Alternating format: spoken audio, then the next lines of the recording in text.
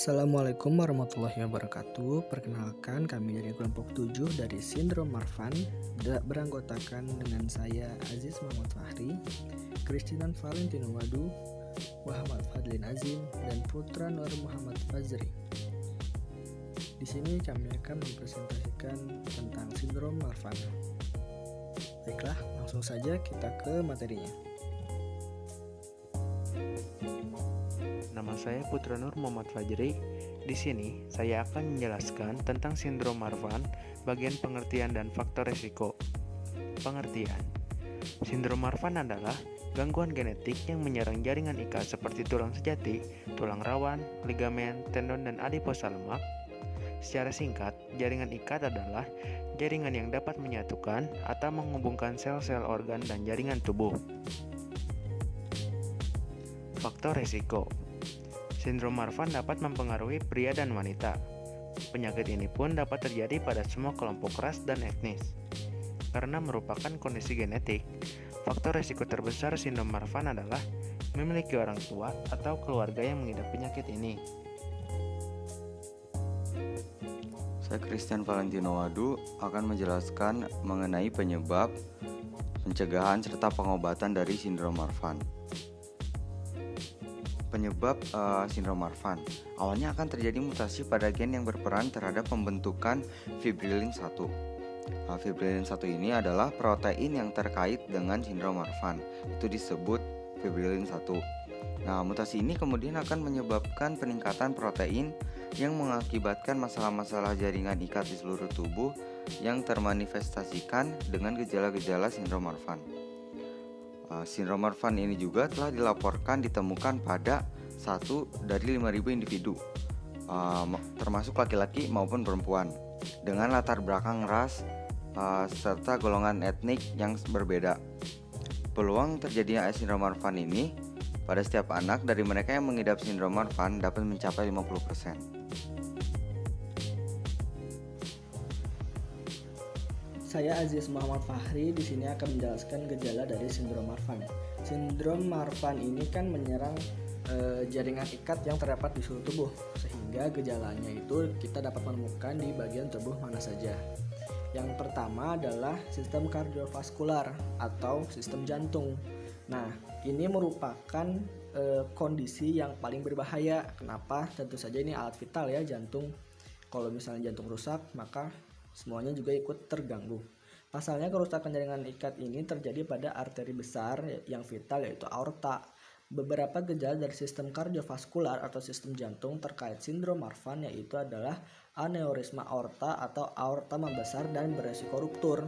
Nah, ruptur itu adalah perobekan dinding. Karena di sini adalah jantung, berarti perobekan dinding jantung.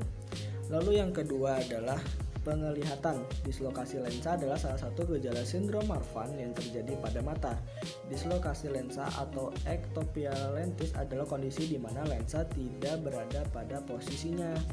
Jadi karena adanya sindrom Marfan ini, si lensanya itu letaknya tidak normal, rada aneh lah, karena terjadi kelemahan pada struktur yang menopang kedudukan lensa. Masalah mata lainnya yaitu selain kedudukan lensa yang tidak benar atau dislokasi lensa adalah gangguan pada retina. Kondisi ini dapat meningkatkan resiko lepasnya atau robeknya retina yang berakibat fatal pada penglihatan si pengidap.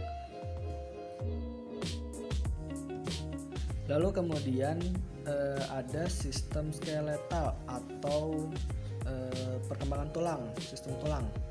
Nah, sindrom Marfan ini mengganggu perkembangan tulang sehingga sering menyebabkan gangguan postur seperti skoliosis, kecekungan dan kecembungan pada tulang dada, nyeri kaki serta nyeri punggung bawah. Nah, jadi sindrom Marfan ini bukan hanya di organ-organ ya.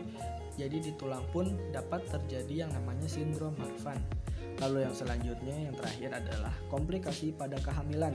Nah, sindrom Marfan menyebabkan kelemahan pada dinding aorta sehingga pada wanita hamil saat jantung harus memompa darah lebih dari biasanya, beban pada aorta akan meningkat dan dapat menyebabkan ruptur di seksi aorta.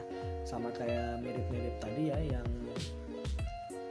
sistem jantung tadi, tapi di sini rupturnya terjadi pada diseksi aorta, yaitu di dinding rahim.